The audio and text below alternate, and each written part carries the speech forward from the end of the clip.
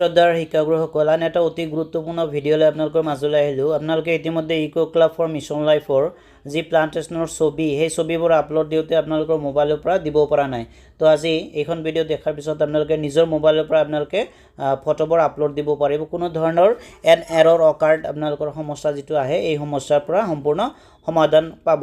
তো আপোনালোকে ভিডিঅ'টো স্কিপ নকৰাকৈ শেষলৈকে চাই থাকিব। তো প্ৰথমে আপোনালোকে যেহেতু ইতিমধ্যে ইভেন্ট ক্ৰিয়েট কৰিছে, তাৰপিছত ইভেন্ট ক্ৰিয়েট কৰাৰ পিছত ইভেন্ট মেনেজমেণ্টত যাব। তো সেইখিনি মই অলপ চমুকৈ দেখুৱাই আছোঁ, আপোনালোকক চাই থাকিব। আপোনালোকে প্ৰথম সমস্যাটো পাই আছে যে আমি যেতিয়া একেবাৰে শেষত গৈ আপডেট অপশ্যনত ক্লিক কৰোঁ, আপডেট অপশ্যনত ক্লিক কৰাৰ লগে লগে এৰৰ অকাৰ্ড সমস্যা আহি যায়। তো এই সমস্যাটো আপোনালোকে এতিয়া নাপাব। আপোনালোকে নিজৰ মোবাইলৰ পৰা এই প্লান্টেশ্যনৰ যি ছবি এই ছবিবোৰ আপলোড দিব পাৰিব। আপোনালোকে ভিডিঅ'টো চাই থাকিব। এইটো সমস্যা সমাধানৰ কাৰণে আপোনালোকে এটা গুৰুত্বপূৰ্ণ কাম কৰিব লাগিব যে আপোনালোকে চাব নিজৰ মোবাইলৰ যিকেইটা এপছ আছে, এটা ছিষ্টেম ছফ্টৱেৰ আছে, ছিষ্টেম এপছ আছে, যিটো ধৰক আপোনালোকৰ যদি ভিভ' মোবাইল থাকে তেতিয়াহ'লে ব্ৰাউজাৰ বুলি লিখা থাকিব। ছেমছাঙৰো তেনেকুৱা এটা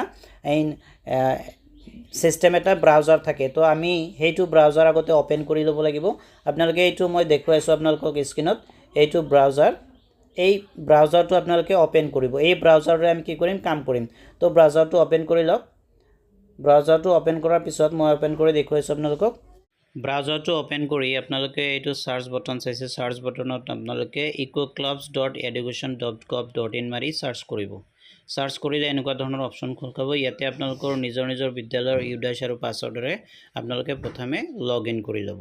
ইউডাইছ আৰু পাছৱৰ্ডেৰে লগ ইন কৰাৰ পিছত আপোনালোকে চাব এনেকুৱা ধৰণৰ উইণ্ডোজ খোল খাব। ইতিমধ্যে যিহেতু আপোনালোকে ইভেন্ট ক্ৰিয়েট কৰিছে, মই আন এটা ইভেন্ট ক্ৰিয়েট কৰি আপোনালোকক দেখুৱাই আছোঁ কেনেদৰে ইভেন্ট ক্ৰিয়েট কৰিব লাগে। ক্ৰিয়েট কৰাৰ পিছত আপোনালোকে ফটো আপলোড দিব পাৰে।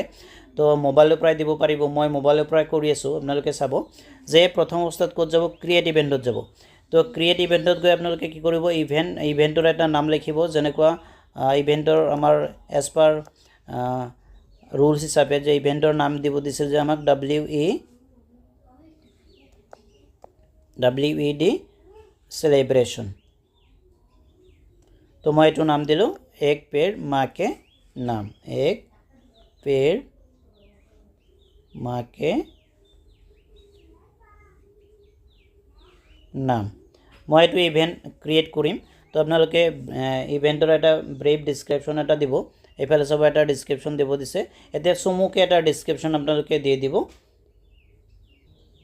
আপোনালোকে ইয়াতে ইভেণ্টৰ এটা ডিছক্ৰিপশ্যন সৰুকৈ চমুকৈ দি দিব। মই এইটো ডিছক্ৰিপশ্যন দি দিলোঁ। এইখিনি দিয়াৰ পিছত আপোনালোকে তলফালে স্ক্ৰল ডাউন কৰিব যে মিছন থিম দিব। আপোনালোকে মিছন থিম কি কৰিব, মিছন থিমটো আপোনালোকে এডপ্ট হেল্ডি লাইফষ্টাইল দিব। তাৰপিছত মিছন লাইফ চাব থিম দিব আপোনালোকে প্লান্টেশ্যন ড্ৰাইভ। তাৰপিছত থাকিব আমাৰ মোড অফ প্লান্টেশ্যন, থাকিব আমাৰ ফিজিকেল। তাৰপিছত থাকিব আমাৰ টাইপ অফ ইভেণ্ট, থাকিব একশ্যন এণ্ড এৱাৰনেছ বোথ। তাৰপিছত থাকিব নাম্বাৰ অফ ইভেণ্ট 1 দিব। ডেট দিব। ইয়াতে ডেট আপোনালোকে নিজে সেট, এইটো আপোনালোকে সেট অপশ্যনত ক্লিক কৰাৰ লগে লগে ডেটটো অটোমেটিক সেট হৈ যাব।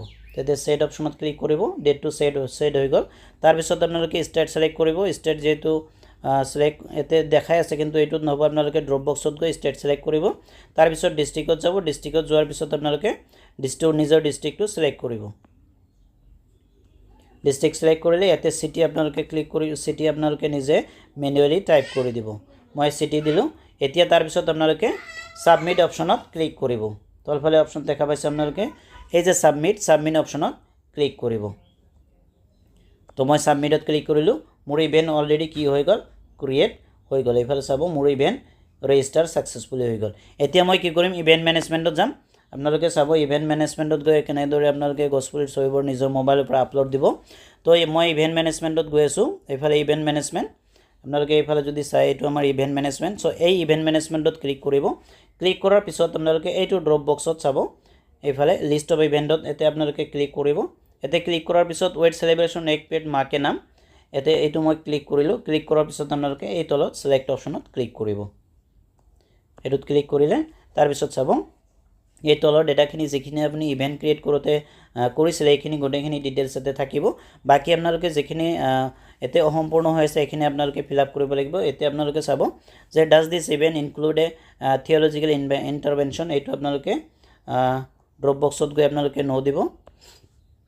তাৰপিছত থাকিব have all participant attending event taken pledge প্লেজত আপোনালোকৰ গোটেইখিনি ছাত্ৰ ছাত্ৰী অংশগ্ৰহণ কৰিছিল নেকি যদি হয় অংশগ্ৰহণ কৰিছে তেতিয়াহ'লে ইয়েছ দিব তাৰপিছত আপোনালোকে চাব number of participant as per age group age হিচাপে নাম্বাৰ অফ পাৰ্টিচিপেণ্ট দিব দিছে এতে as as per L P স্কুলৰ ক্ষেত্ৰত আপোনালোকৰ চাব যে আমি কেৱল এজ 3 to 8 আৰু এজ 8 to 11 দিম বাকি এমবিএ স্কুলৰ ক্ষেত্ৰত বেলেগ দিব হাই স্কুলৰ ক্ষেত্ৰতো বেলেগ হ'ব তো মই যেহেতু এল পি স্কুলৰ ক্ষেত্ৰত এইটো বনাইছো তো আপোনালোকে এজ গ্ৰুপ 3 to 8 দিব তাৰপিছত 8 to 11 দিব তো এইখিনি আপোনালোকে দিব এজ পাৰ মোৰ এনৰলমেণ্ট হিচাপে মই এটা ডেমো আপোনালোকক দেখুৱাই আছো তাৰপিছত মই 8 to 11 দিলোঁ তাৰপিছত এজ গ্ৰুপ মোৰ যেহেতু 11 to 14 নাই মই 0 দিম তাৰপিছত এজ গ্ৰুপ 14 to 18 মই 0 দি আছোঁ এজ গ্ৰুপ 18 প্লাছ মই 0 দিম তাৰপিছত চাব আপোনালোকৰ ষ্টেট সিলেক্ট কৰিব আহিব এইফালে চাব ষ্টেট সিলেক্ট কৰিব ড্ৰপ বক্সত গৈ আপোনালোকে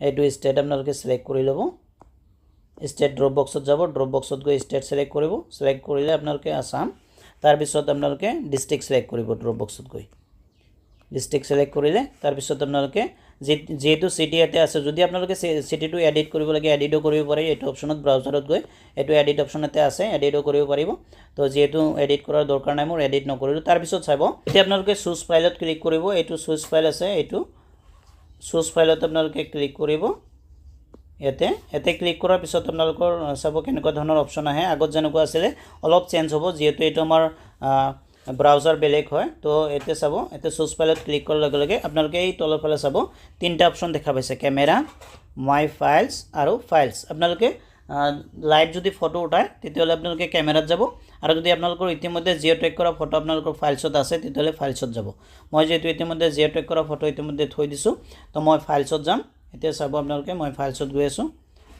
এইটো ফাইলছত ক্লিক কৰিলোঁ ক্লিক কৰাৰ লগে লগে মোৰ যিমানখিনি ফটো এতে আছে মোৰ আহি গৈছে মই জিঅ' টেগ কৰা ফটো এটা মই কি কৰি আছোঁ আপলোড কৰিম চাব মোৰ এইফালে আছে এইটো চাব এইটো মোৰ জিঅ' টেগ কৰা ফটো ইতিমধ্যে উঠোৱা আছে মই এইটোত ক্লিক কৰিম ক্লিক কৰিলোঁ এতিয়া চাব জিঅ' টেগ কৰা ফটো ইতিমধ্যে এতে এটা শ্ব' কৰিছে হৈ গ'ল এতিয়া আপোনালোকে কি কৰিব ফটো ক্যাপশন দিব ফটো ক্যাপশনত আপোনালোকে এই ফটোটো কিহৰ কাৰণে লৈছে মই যেহেতু প্লান্টেশন প্ৰগ্ৰামৰ কাৰণে লৈছোঁ মই এতে প্লান্টেশন প্ৰগ্ৰাম লিখিম তো প্লান্টেশন প্ৰগ্ৰাম লিখিলোঁ তাৰপিছত চাব আপলোড ভিডিঅ যদি ভিডিঅ'ছ আপোনালোকে দিয়ে তেতিয়াহ'লে দিব পাৰে আৰু ভিডিঅ'ৰ এমবিটো ম্যাক্সিমাম 5 MB হ'ব তিনটা ভিডিঅ' দিব পাৰিব যদি নিদিয়ে এইটো অপচনেল হয় নালাগে তেতিয়াহ'লে ভিডিঅ' ক্যাপশনত আপোনালোকে নো লিখিব তাৰপিছত চাব নাম্বাৰ অফ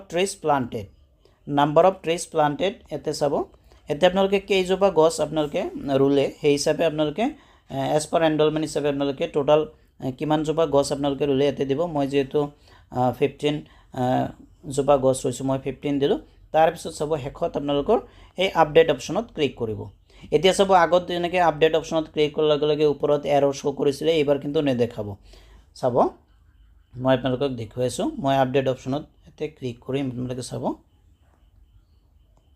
এইটো আপডেট অপচন আপডেটত ক্লিক কৰাৰ লগে লগে ওপৰত চাব আপোনালোকৰ এই যে ইভেন্ট আপডেটেড সাকসেসফুলি তো এনেকুৱা ধৰণে এতিয়া আপোনালোকে মোবাইলৰ পৰা নিজৰ মোবাইলৰ পৰা এইটো ব্ৰাউজাৰ ইউজ কৰি আপোনালোকে ফটোবোৰ আপলোড দিব পাৰে ধন্যবাদ থাকিল ছাৰসকললৈ ইমান দিনে যি সমস্যা হৈ আছিল সেই সমস্যাটো নিশ্চয় সমাধান হ'ল তো আশা কৰোঁ ভিডিঅ'টো চাই আপোনালোকে উপকৃত হৈছে তাৰপিছত আপোনালোকে কি কৰিব এই যে আপোনালোকৰ চাব এতে যিকেইটা ইভেন্ট আপোনালোকে ইতিমধ্যে সাবমিট কৰিলে তাৰপিছত এইখিনি আপোনালোকৰ এডিট এপ্ৰুভ আৰু ৰিজেক্ট তিনটা অপচন আহিব যদি মই এইটো ধৰক ডেমো আকাৰে মই আপোনালোকক দেখুৱালো মোৰ এইটো ৰিজেক্ট কৰিব লাগিব মই ৰিজেক্ট কৰিম তো আপোনালোকে যেহেতু ডেমো আকাৰে নকৰে তো গোটেইখিনি আপোনালোকে এপ্ৰুভ কৰি দিব এপ্ৰুভ কৰি দিয়াৰ পিছত আপোনালোকৰ সাকসেসফুলি কামটো হৈ গ'ল